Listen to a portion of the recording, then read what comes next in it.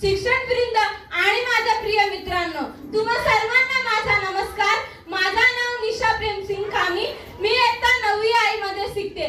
आज मी आपल्या समोर महाराष्ट्राचे आराध्य दैवत हिंदवी स्वराज्य स्थापक छत्रपती शिवाजी महाराज यांच्याविषयी काही शब्द सांगणार आहे.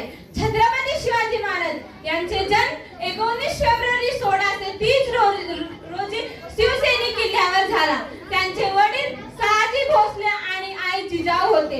जिजाऊंनी त्यांना लहानपासून रामायण महाभारताच्या कथा सांगून स्वराज्याची प्रेरणा दिली.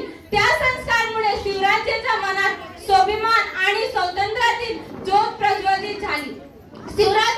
छत्रपती शिवाजी महाराज अत्यंत प्रतिकूल परिस्थितीत हिंदवी स्वराज्य उभारण्याचा निर्धार केला. त्यांनी तोरणा, रायगड, पुरंदर यासारखे अनेक किल्ले जिंकले.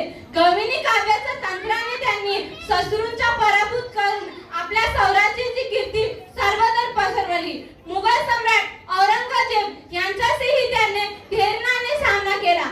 आग्यातून सुटका करून औरंगजेब यांच्याशीही त्यांनी धैर्याने सामना केली.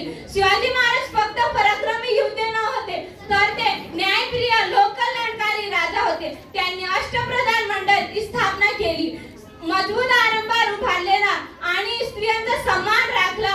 सर्व धर्मांचा आदर हा त्यांच्या राजकारभाराचा महत्त्वाचा भाग आहे. मित्रांनो, छत्रपती शिवाजी महाराजांचे जीवन आपल्याला धैर्य, प्रामाणिकपणे आणि न्यायप्रिय यांची शिकवण देते. आपण देशासाठी चांगले